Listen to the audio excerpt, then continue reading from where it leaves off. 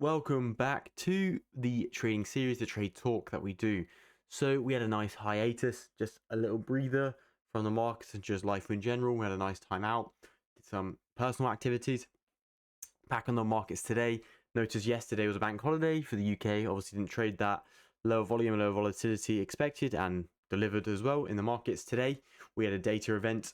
We didn't play any trades during London. We actually did a trade, GJ, a loss on GJ during NY. And we're going to go through that and see why we achieved that. So going over the data events for the day, nothing really stood out for us apart from Jolt's job openings. So Jolt's job openings came out a lot worse than expected. So the consensus and forecast is 9.5 mil, 9.4 mil.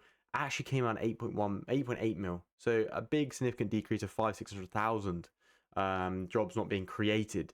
Thus meaning there's a lot of, the labor market's actually taking a hit now from the high interest rate environment that the Fed are creating. You can also see the consumer confidence decreasing as well. So overall, not positive data for the US. This is also following previous data releases from last week, including manufacturing PMI, if I remember off the top of my head, which came out worse than expected as well.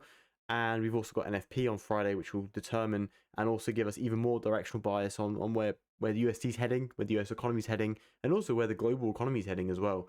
And ultimately, it's not looking good as expected, though. If these high interest rate environments are kept for a long time, there's bound to be some sort of negative consequence within the US economy. That's what we get for printing trillions and trillions of dollars if you're in the US. So going back over to GJ, what happened? Why did we enter this trade? Why it went wrong? So simple as we had a nice push out during New York session. From my understanding, I couldn't see any data releases or anything. It's just a nice continuation of high time frame.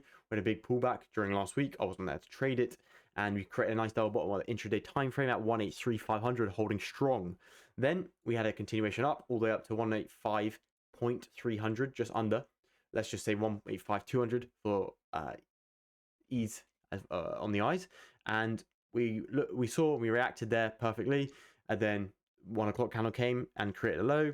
So my understanding was, right, let's look at the markets at 2 o'clock when I hopped to the markets, and I saw if we hop down to the 15, apologies for swapping time frames, we can see a clear resistance being created where I've drawn my special rectangle roughly around this area 9.900, and we retested that perfectly and we started pushing up. So it's a resistance, a classic break and retest, break and resistance telling support.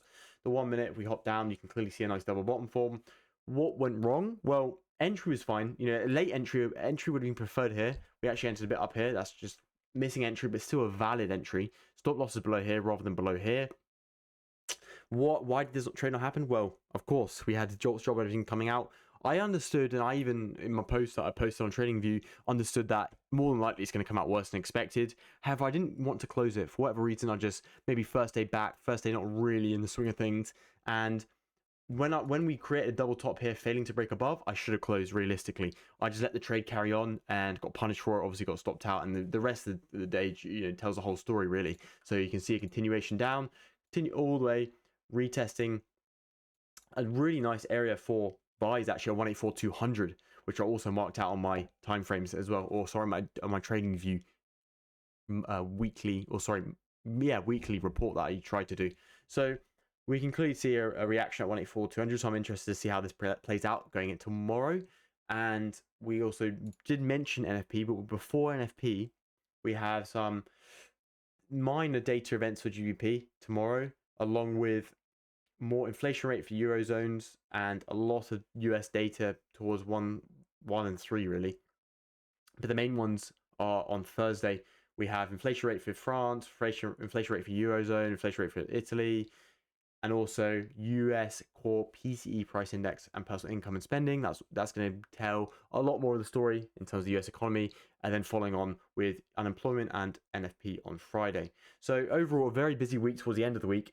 Expect more volatility and a lot more volume in the markets heading into Thursday and Friday. Wednesday, not so much, but still coming to the markets, lower expectations with no expectations really, and just play what the markets give you. And we're going to show you on the screen now just the loss that we took today as well.